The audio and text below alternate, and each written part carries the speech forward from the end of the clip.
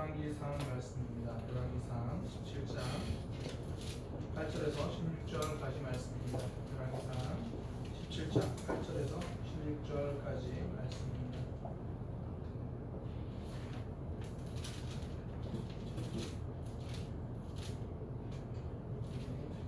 한 절씩 교독하고요. 16절을 합독하도록 하겠습니다. 제가 한 절 읽고 분들한테 읽으시고 이렇게 한 절씩 교독하고 16절을 합독합니다. 여호와의 말씀이 엘리야에게 임하여 이르시되 너는 일어나 시돈에 속한 사르밧으로 가서 거기 머물라. 내가 그곳 과부에게 명령하여 내게 음식을 주게 하였느니라. 그가 일어나 사르밧으로 가서 성문에 이를 때에 한 과부가 그곳에서 나뭇가지를 줍는지라. 이에 불러 이르되 청하건대 그릇에 물을 조금 가져다가 내가 마시게 하라.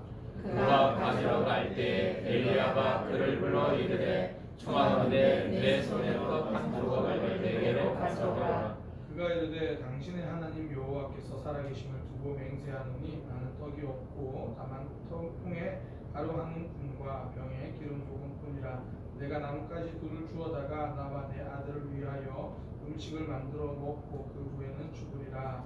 엘리야가 그에게 이르되 두려워하지 말고 가서 내 말대로 하느니와 먼저 그것으로 나를 위하여 작은 떡 한 개를 만들어 내게로 가져오고 그 후에 너와 내 아들을 위하여 만들라. 이스라엘의 하나님 여호와의 말씀이 나 여호와가 비를 지면 내리는 날까지 그 통에 가루가 떨어지지 아니하고 그 병에 기름이 없어지지 아니하리라 하셨느니라.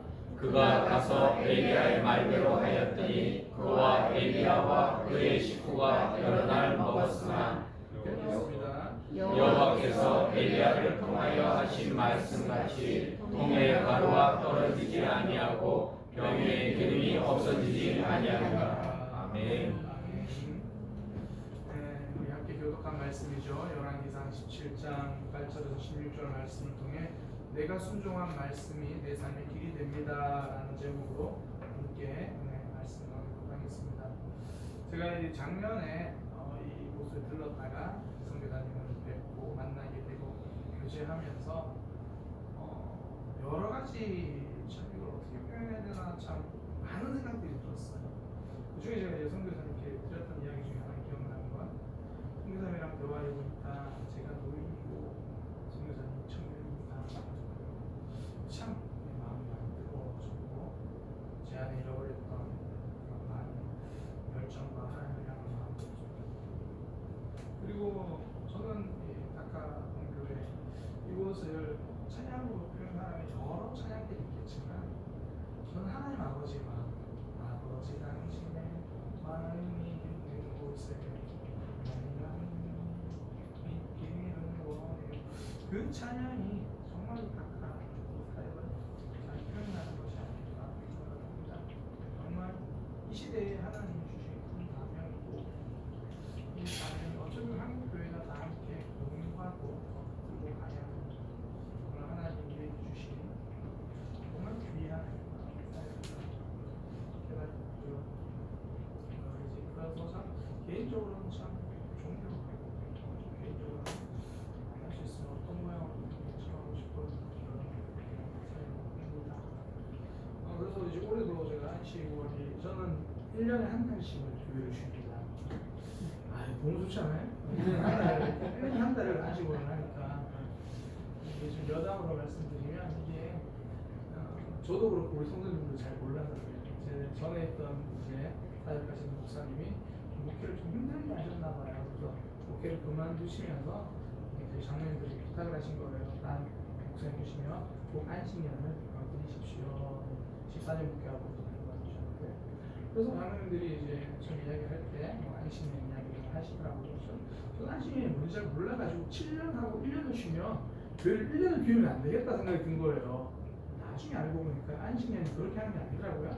7년을 하고 한 2년, 6개월, 3개월 정도 쉬는 건데 저는 7년을 하고 1년을 쉬면 교회가 좀 문제가 있겠다. 그래가지고 제가 정말 많이 양보하는 마음으로 1년에 여러분 차라리 그럼 1년에 한 달을 쉬겠습니다. 그렇게 얘기하고 그분들도 그게 좋겠네요. 그래가지고 그때부터 1년에 한 달씩 쉽니다. 다른 목사님들이 얼마나 부러워하시는지 제가 안식월에 이렇게 다니던 교회 방문한 교회에서 목사님들이 항상 그 다음에 안식월을 하시더라고요. 그래서 이게 작년에 안식월에 이곳에 와서 이렇게 교제하고 또 이번에도 안식월에 사실 안식월에는요 할 게 없어요. 저는 이 교회 건물 4층이 저희 집이거든요. 아니 그러니까 이게 좀 그렇잖아요. 목사가 안식월이라고 집에 쉬는데 밑에 예배 있는데 예배 가기도 그렇고 안 가기도 그렇고 그래서 이제 밖으로 나오는데 다행히 또 성교사님께 여쭤보니까 장소가 비었다 그래가지고 이번에도 왔어요. 와서 이런저런 교제를 하고 그러는데 성교사님 저한테 카톡을 이제 메시지를 보내신 거예요. 뭐 이런저런 얘기 하다가 목사님 그 이번 주일에 설교 하시겠어요? 설교 부탁드립니다 하고 하는데 제 약점을 아셨어요.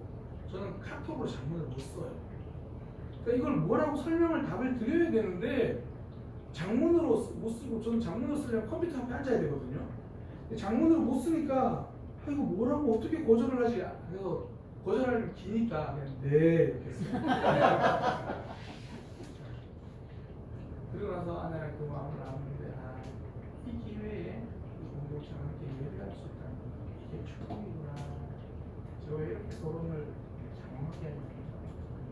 저는 원래 안식월이 교회에서 저에게 준 시간이기 때문에 제가 지키려고 하는 것 중에 하나가 특별한 일이 없으면 안식월 설교 준비를 하지 않는다는 겁니다.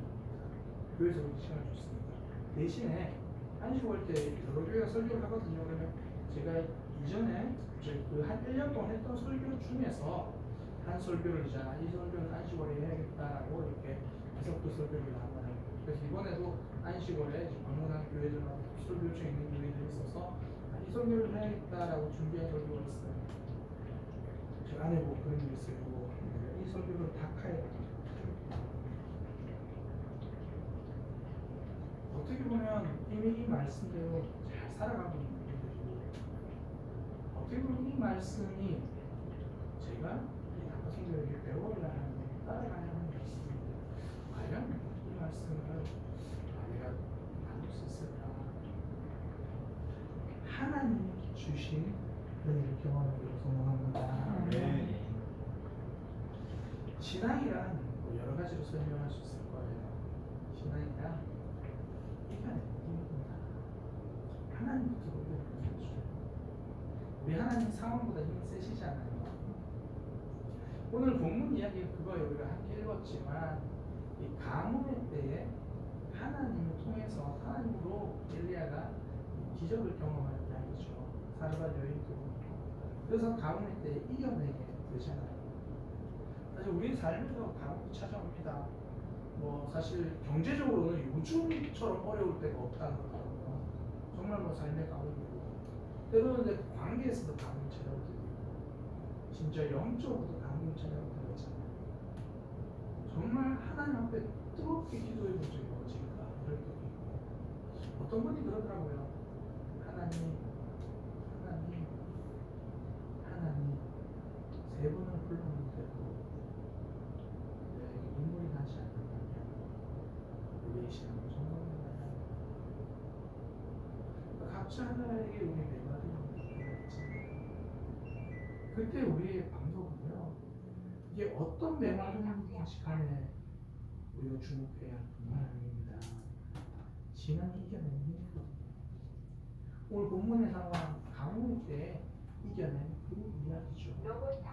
오늘 그 이야기를 함께 나누려고 합니다.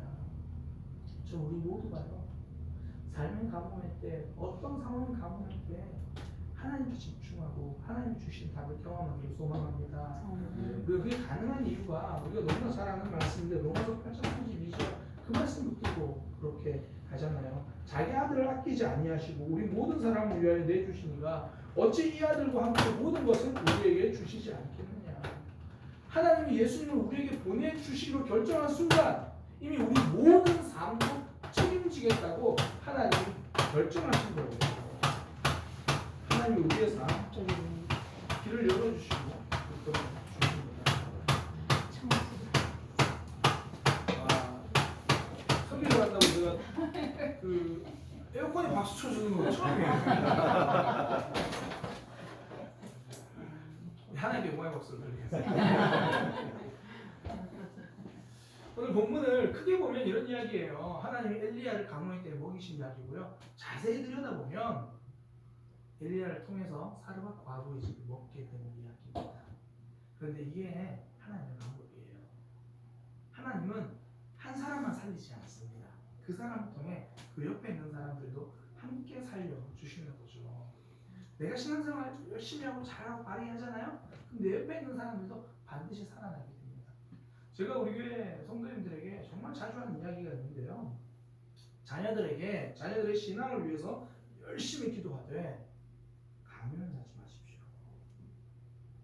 내가 믿음으로 바르게 살아가면요, 결국 저한테 점수 본다는 거예요. 남들에게 믿음 가지고 열심히 살아가 말하기 전에 내가 믿음으로 열심히 살아가면 내 믿음도 살지만 내 주변도 살아나게 됩니다.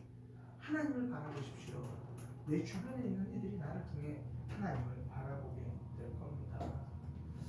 오늘 하나님이 엘리야를 먹이시고 또 엘리야를 통해서 또 그 주변을 먹이신 그 이야기, 이 말씀을 통해서 우리의 삶 가운데도 가뭄의 때에 하나님 주시는 기적을 경험하는 그런 믿음의 삶 되기를 소망합니다. 하나님은 그 가뭄의 때에 엘리야와 그 사르밧 과부를 어떻게 먹이셨나? 선명하게 단순하게 말하면 딱 하나예요. 말씀이에요. 엘리야에게는 그 시돈 땅 사르밧으로 가라 그 말씀을 주셨고요. 하나님이 그 사르밧 과부에게는 그 또 엘리야에게 먹이라 그 말씀을 주셨거든요. 그 말씀을 붙들었더니 가뭄의 때에 기적을 경험하게 하십니다. 하나님 우리 삶에 새로운 일을 하기를 원하시잖아요. 기적의 일을 펼쳐가기를 원하시잖아요. 그러면 항상 말씀을 먼저 주세요. 우리는 사실 생각이 반대예요. 하나님 일단 좀 먹여주시고 그래도 좀 먹고 살만하고 좀 숨을 쉴 수 있어야 그래 말씀대로 살아가지. 우리는 이렇게 생각하는데 하나님은 반대라는 거예요. 말씀 먼저 주시고 그리고 나서 그걸 이루어 주세요. 하나님 왜 그러시나요? 그래야 이게 하나님이 하셨다는 것을 우리가 깨달아요. 기도를 보면 알 수 있어요. 혹시 우리 기도하면 응답 받잖아요. 응답 받고 또 경험도 있고 응답 받는다는 걸 알아요. 그런데 기도해서 응답 받은 게 많으세요? 기도 안 했는데 주신 게 많으세요? 어젯밤에 잠들기 전에 하나님 저 내일 꼭 생명 주셔서 제가 내일도 예배할 수 있게 해주세요. 갈 때도 기도하고 주무신 분들 있겠지만 아닐 때가 너무 많잖아요. 근데 그 중요한 기도를 어떻게 안 하고 하루를 잠을 주무세요? 그럼에도 불구하고 하나님 생명 주시잖아요. 그럼에도 불구하고 예배를 하시잖아요. 우리가 기도해서 받은 것보다 기도 안 했는데 주시는 게 더 많아요. 그런데 왜 기도하라고 하십니까? 그래야 이거 하나님이 주신 걸 알아요. 그렇지 않으면 전부 내가 얻은 줄 알아요. 전부 내가 노력해서 얻은 줄 알아요. 그래서 하나님이 괜히 거기서 말씀하시면 또 왜 하나님은 내 시간을 탐내시나? 또 왜 하나님은 내 것을 탐내시나? 기도하고 하더니 이거 하나님 주셨구나 아는 거고요. 우리의 삶에 기적을 행하시기 전에 말씀부터 주시니 이 기적은 하나님의 말씀을 통해 하나님 주신 것을 깨닫는 거죠. 엘리야에게 하나님이 시돈 땅 사르밧 과부에게 가서 만난 사르밧 과부니까 이 여인이 마음이 좋아 나를 대접한 게 아니라 하나님이 준비하신 사람이구나 알게 되고요.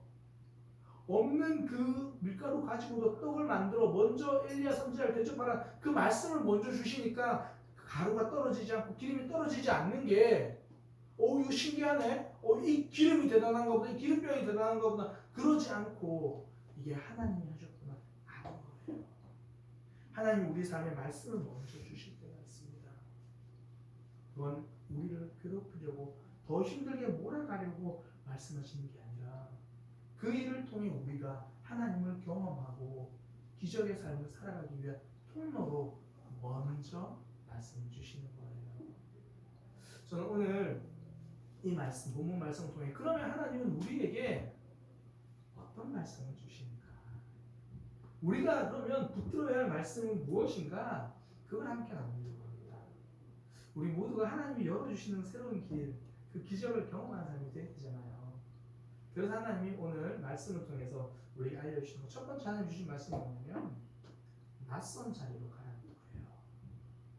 내게 익숙한 곳이 아니라 내게 낯선 자리에. 하나님 엘리야에게 낯선 자리를 말씀하십니다. 그 전까지 엘리야는 이제 아합 왕에게 가뭄을 선포하고 나서 하나님이 그릿 시내가로 가라 그래요. 거기서 내가 떡과 고기로 너를 까마귀를 통해 떡과 고기를 너에게 먹이겠다. 그렇게 이야기를 해서 그릿 시내가에 숨어 있어요. 그러면 가뭄이 끝날 때까지 그릿 시내가에서 먹으면 좋은데 성경에 보면 그 그릿 시내가도 곧 말랐대요. 아, 이게 꼭 우리 삶 같지 않아요? 하나님은 꼭 일용할 양식을 주세요. 이 문제 해결되고 나면 다시는 그걸로 어려움 없었으면 좋겠는데 기도하고 나면 딱 그 문제만 해결되죠. 삶에서도 하나님이 이왕 주실 거면 좀 10년치를 좀 쌓아놓고 걱정 없이 살았으면 좋겠는데 딱 그것만 해결해주세요. 그리고 나면 또 그 그리시네가 말한 것처럼 또 하나님 보고 있어요. 그랬더니 하나님이 이제 엘리야에게 그리시네가를 떠나서 시돈 땅 사르밧에 있는 한 과부에게로 가라 그래요. 사실 우리는 이 성경 이야기 다 알잖아요. 그런데 이 성경을 아마 스토리를 모르고 처음 읽는 분들은 성경에 오탄가 싶어서 성경이 잘못됐나 싶을 거예요. 왜냐면 이렇게 가서 내가 너를 먹일 거다 그러면 이렇게 나와야 돼요. 너는 시돈 땅 사르밧에 있는 갑부에게로 가라. 이래야 말이 되잖아요. 아니 그 당시에 과부라 그러면 가난한 사람의 상징입니다. 그러니까 시돈 땅 사르밧에 있는 갑부에게 가라. 그러면 거기 가면 하나님이 나를 먹이시겠구나 그런 생각이 드는데 과부에게로 가라 그 말을 듣는 순간 하나님이 이거 어떻게 하시겠다는 것이 답이 안 나오는 거예요. 내 계산이 통하지 않는 거예요. 그게 바로 과부에게 가라는 거고요. 그리고 하나님이 보내시는 땅 자체가 참 엘리야 입장에서는 이게 쉽게 수긍이 안 되는 장소입니다. 시돈 땅에도 가라 그래요. 시돈 땅은 지금 그 이스라엘 힘들게 한 이세벨의 고향이에요. 그러니까 단순하게 말해서 바알 신앙의 원산지라고 생각합니다. 그러니까 지금 그런 곳으로 가라는 거예요. 내 계산이 통하지 않는 곳. 내가 생각하기에 답이 없는 곳. 일단 이 결정을 하면 기도부터 해야 될 것 같은 그 자리로 가라는 거예요. 믿음 좋은 사람들이 모여있는 곳이 아니라 바알 신앙이 가득하고 모든 것을 가진 갑부집이 아니라 아무것도 없는 과거에게로 가라. 하나님 주신 말씀이 그래요. 우리가 신앙생활 하다 보면 하나님 이게 하나님 뜻인지 이게 하나님 뜻인지 잘 모를 때가 있잖아요. 오른쪽인지 왼쪽인지 A인지 B인지 잘 모를 때 제가 그 분별하는 방법 하나 알려드릴게요. 둘 중에 하나 이거 선택하면 기도 말고는 답이 없겠는데 이거 선택하면 정말 이거 내 계산이 안 되는데 거기가 거의 맞을 거예요. 하나님 우리에게 낯선 것을 말씀하십니다. 제가 이 말씀을 닭가성교회에 전하기 참 힘들었던 이유가 이미 그렇게 낯선 것을 선택하시고 이미 그렇게 많이 사역을 하고 있는 분들이기 때문입니다. 그런데도 하나님 이 말씀을 주신 건 박목사가 설교 준비하기 귀찮으니까 이 말씀 듣고 저는 그렇게 생각하진 않아요. 우리 각자에게 또 하나님이 낯선 곳을 말씀하실 거예요. 진짜 거기 생각하면 내가 기도밖에 안 나옵니다. 하나님 그 자리를 통해 우리에게 새로운 일을 경험하게 하는 거죠. 저도요. 제가 어쩌다 보니 지금 목회를 담임 목회랑 부교육자 합하면 19년을 지금 19년째를 하고 있더라고요. 부교육자 10년 하고 이제 담임 목회 횟수로는 이제 9년째니까 그렇게 하고 있는데 하다 보면 여러 사역을 하잖아요. 그런데 제가 처음 이제 부교육자로 갔을 때 이야기입니다. 주일학교 사역자로 갔는데요. 가면 성도들 잘 모르잖아요. 처음 가니까. 그런데 또 주일학교 사역을 하다 보면 교사들이 필요하니까 주변에서 교사들을 추천해 준단 말이죠. 제가 잘 모르니까 목사님, 전사님, 이 집사님 좋아요. 이분 청년 괜찮아요. 이렇게 추천을 해줘요. 아마 이 신앙생활, 교회생활 오래 해보셨으면 알겠지만 교사로 추천할 때는 두 가지가 있어요. 신앙생활 잘하고 있으니까 추천하는 분이 있고 신앙생활 잘하라고 추천해주는 경우가 있어요. 주일학교 교사들의 경우에 그런 경우가 있더라고요. 이제 사회 1년 후에 이렇게 주일학교 교사 추천해주니까 주일학교 열심히 할 수 있는 분이니까 잘 모르니까. 그런데 이 주에 출신하신 분들 이유가 두 번째였어요. 이분은 주일학교 가면 신앙생활 잘 할 수 있겠지. 그러니까 나 하나 11시 예배 나오기 힘들어 하던 분을 주일학교 9시 예배까지 이제 나와야 되는 거고요.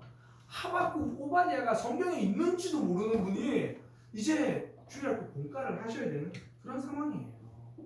그런데 이제 뭐 주변 분들 추천하니까 잘 모르고 저도 이제 그분에게 권면을 했죠. 주일학교 내년에 주일학교 교사가 없으니까 내년 주일학교 교사로 섬겨주세요. 근데 그분이 무슨 바람이 불었는지 또 하겠다고 한 거예요.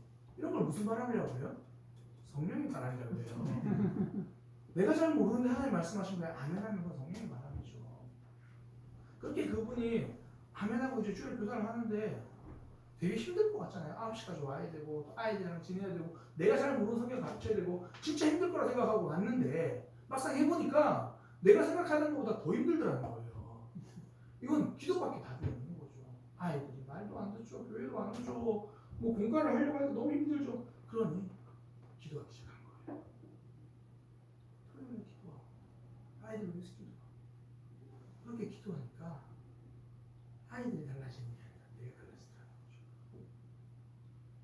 내가 하나님과 깊어지고 그전에는 설교를 뭐 듣다 말다 들어도 이거는 그래 우리 애들이 참 이렇게 살아야 되는데 늘 그러던 분이 이제 내가 말씀 듣게 되고 내가 달라지게 되고 그러니 그전까지는 아이들에게 교회 가라고 빡치던 아버지였는데 그 이후로는 자녀들을 위해서 기도하는 아버지가 되는 거예요.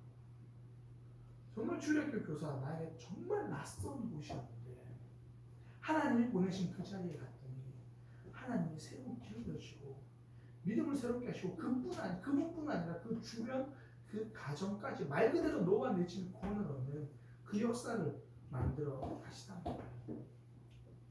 그래서 사단이 우리에게 자주 속삭이는 게 뭐냐면 익숙한 게 최고라는 거예요. 구간이 명관이다. 낯선 것은 불편한 걸 넘어 그거는 위험한 거야. 제발 하던 대로 좀 하자고. 사단은 그렇게 속삭여요. 그래야 더 이상 성장하지 않으니까. 그래야 하나님의 기적을 경험하지 못하니까. 그래야 답이 없는 삶에 머물러 있게 되니까. 그래서 하나님은 낯선 자리를 말씀하세요. 그래서 하나님은 낯선 삶을 말씀하세요. 낯선이 참 힘들잖아요. 저도 사역을 해보니까 그렇더라고요.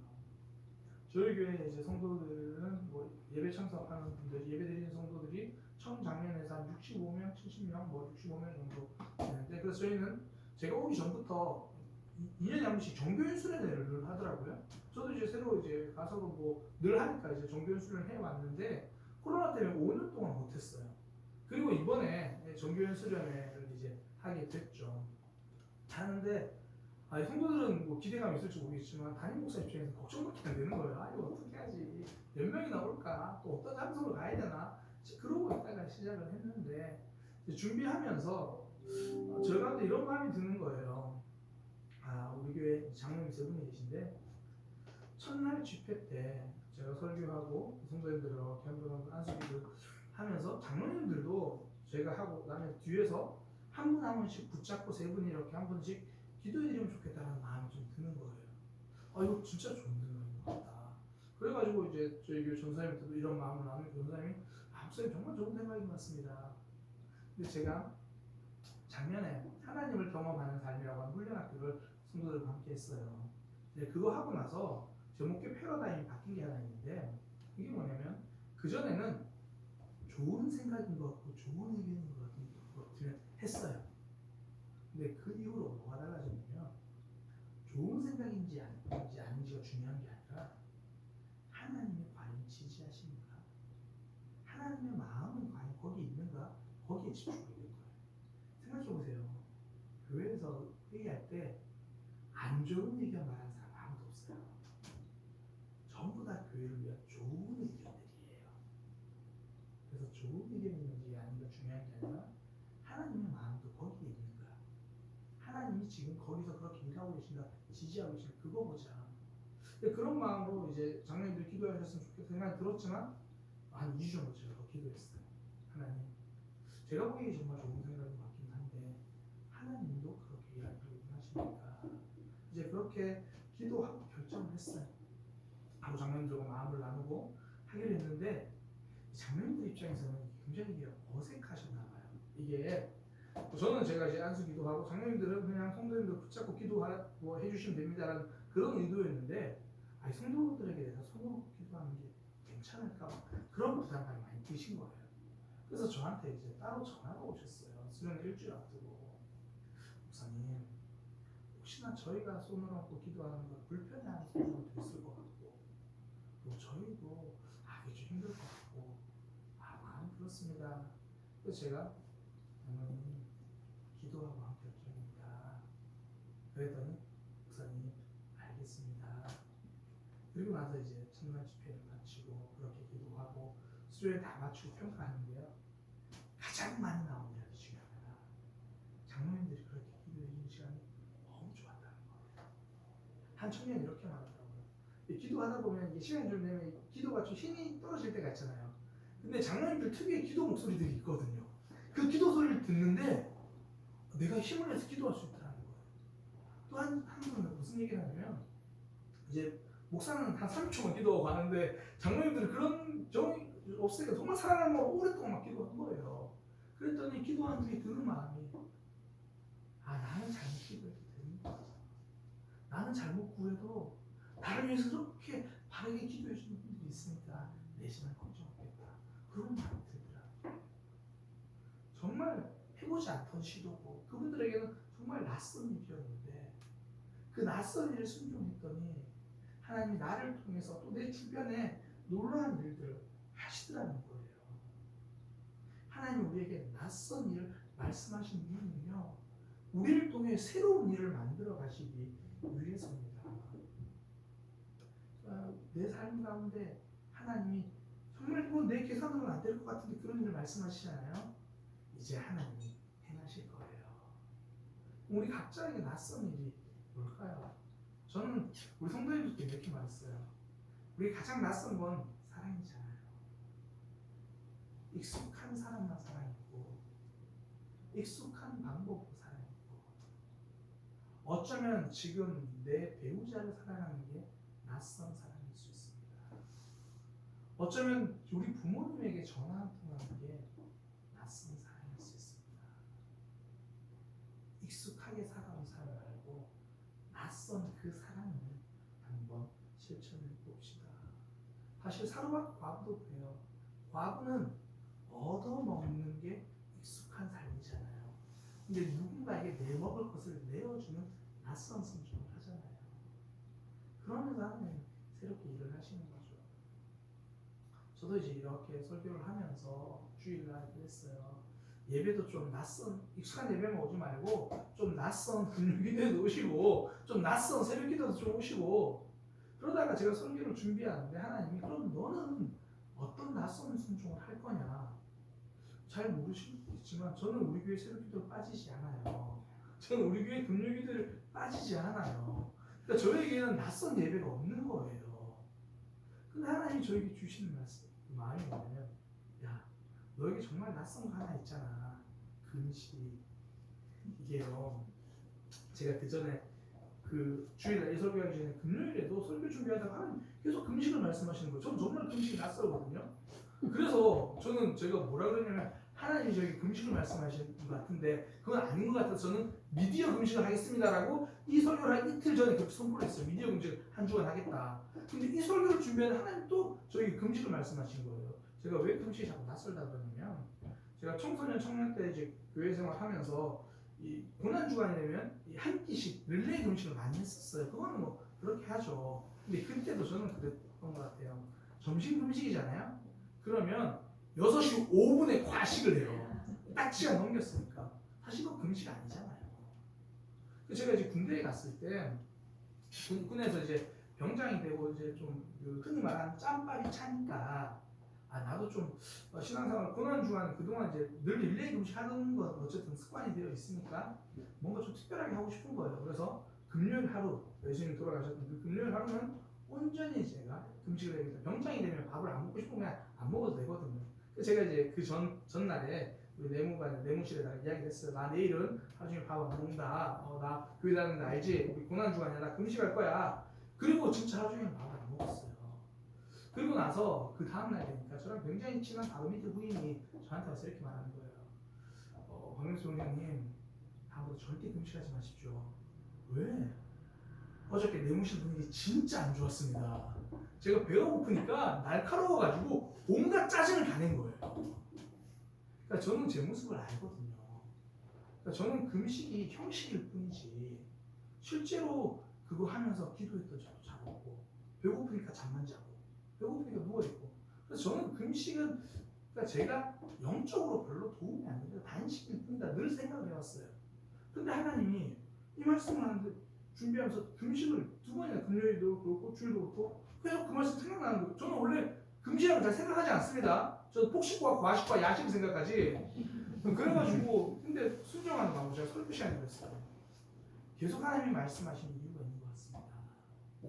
저는 이유를 모르지만 순종하는 마음으로 다음 주 화요일 하루를 금식할 겁니다. 혹시나 기도 제목 있는 분들은 저한테 알려주세요. 그냥 그렇게 설교 시간에 이야기를 했어요. 그랬더니 그날 교회 오셨던 한 집사님이 자기 평생에 아무것도 말하지 않은 기도 제목을 그날 저한테 말할까 말까 고민을 하고 교회를 오신 거예요. 그런데 제가 설교 시간에 저는 금식을 할 거니까 정말 기도 제목 있는 분 있으면 말씀해 주세요. 그래서 그분이 예배 다 마치고 찾아오신 거예요. 목사님, 이건 제가 그 누구에게도 말하지 않았습니다. 제 아내에게도 말하지 않은 기도 제목이에요. 그러면서 그 기도 제목을 꺼냈는데 그리고 몇몇 분들이 개인적인 카카오톡으로 기도 제목을 주시는데 하나님 정말 기도하라고 하시나봐요. 그리고 제가 이제 화요일 당일이 되어서 저는 제가 저를 알아요. 배고프면 분명히 또 누워있거나 시간 때리기 위해서 노력할 것 같아서 그래서 11시가 좀 너무 오전에 식사 때문에 나가야겠다.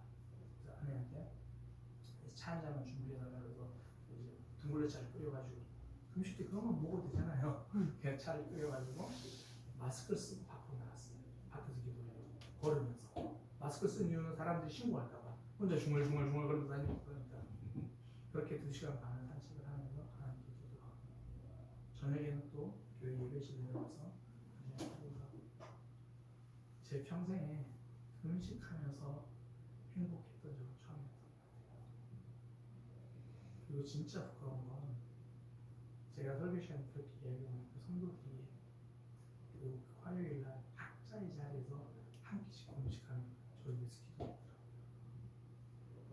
저는 그 기도 제목 주신 한 3분 정도, 4분 정도 기도하면서 기도했는데 많은 성도들 저를 위해서 기도해요.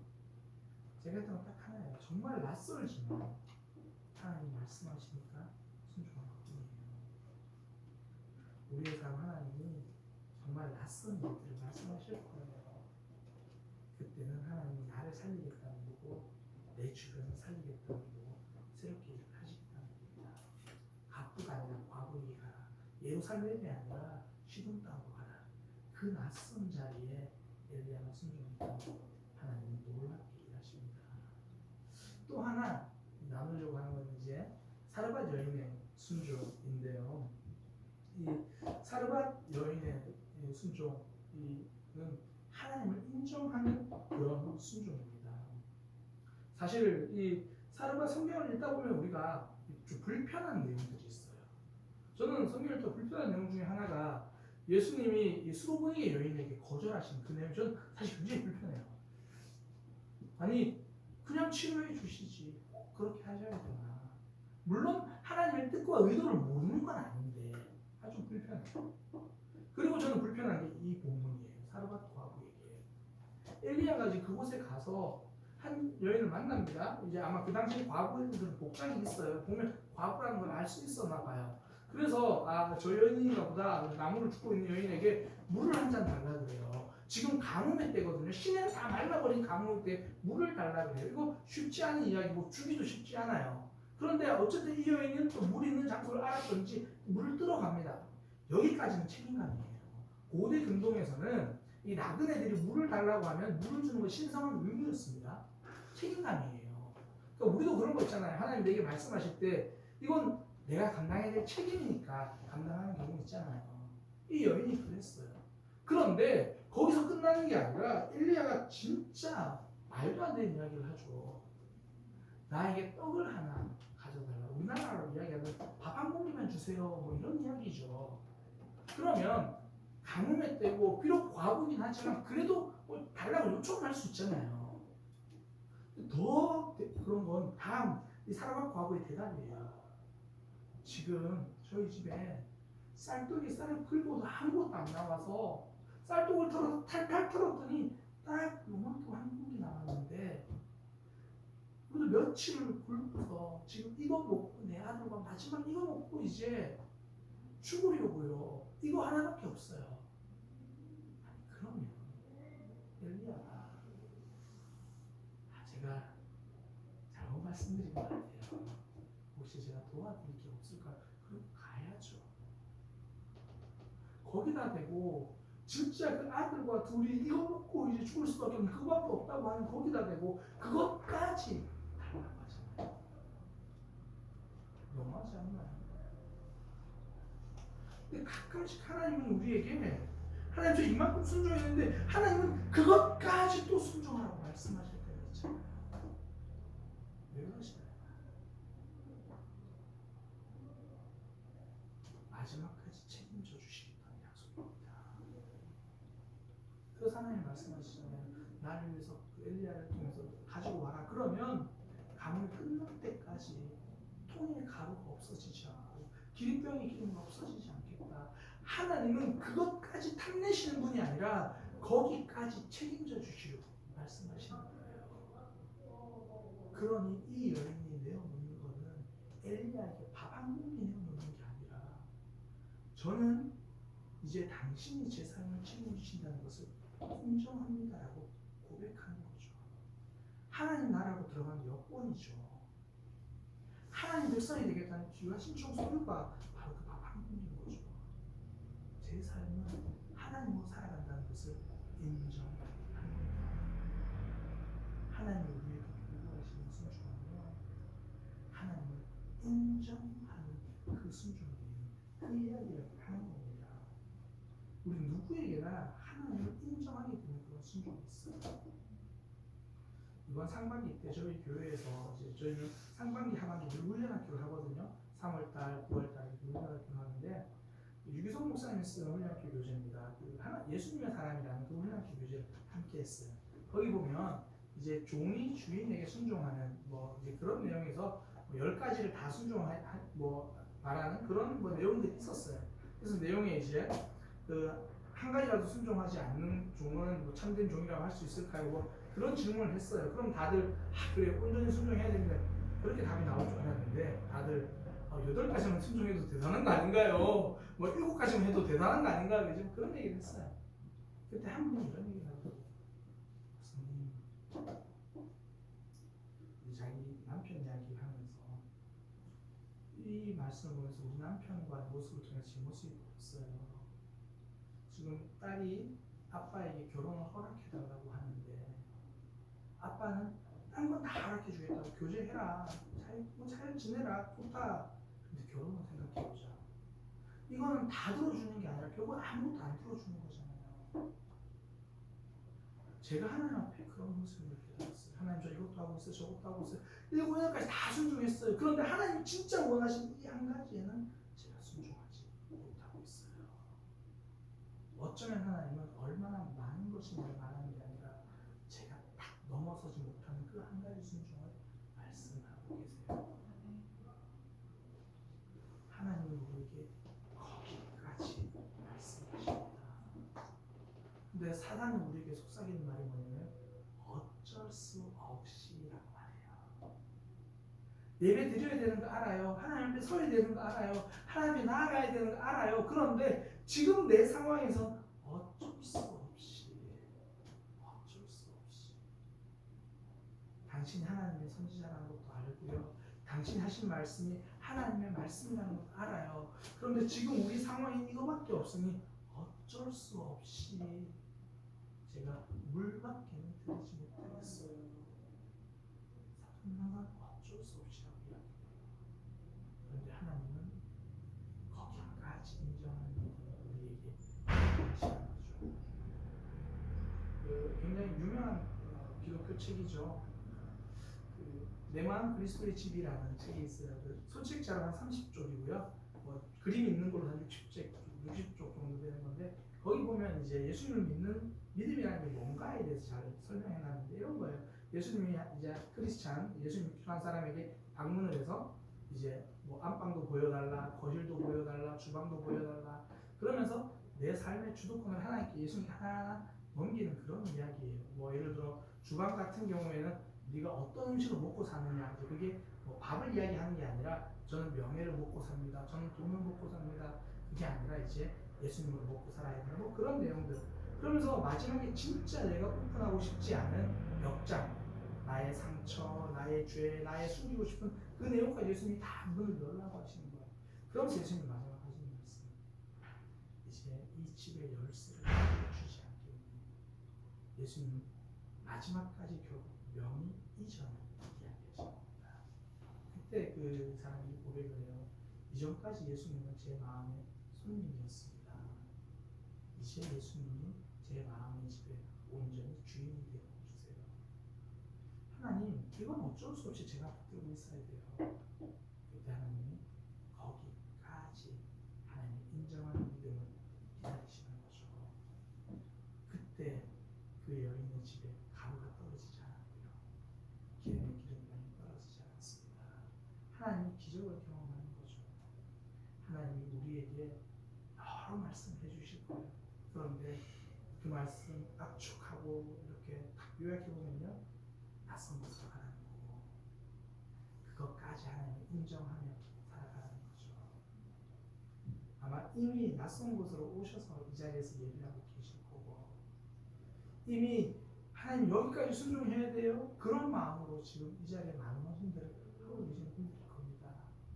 그래서 제가 어느 때보다 이 설교가 참 많이 부담스럽기도 하고 어쩌면 그냥 저도 하나님 앞에 다시 한번 들어야 할 말씀들을 되새긴다는 심정으로 함께 말씀을 나눴습니다.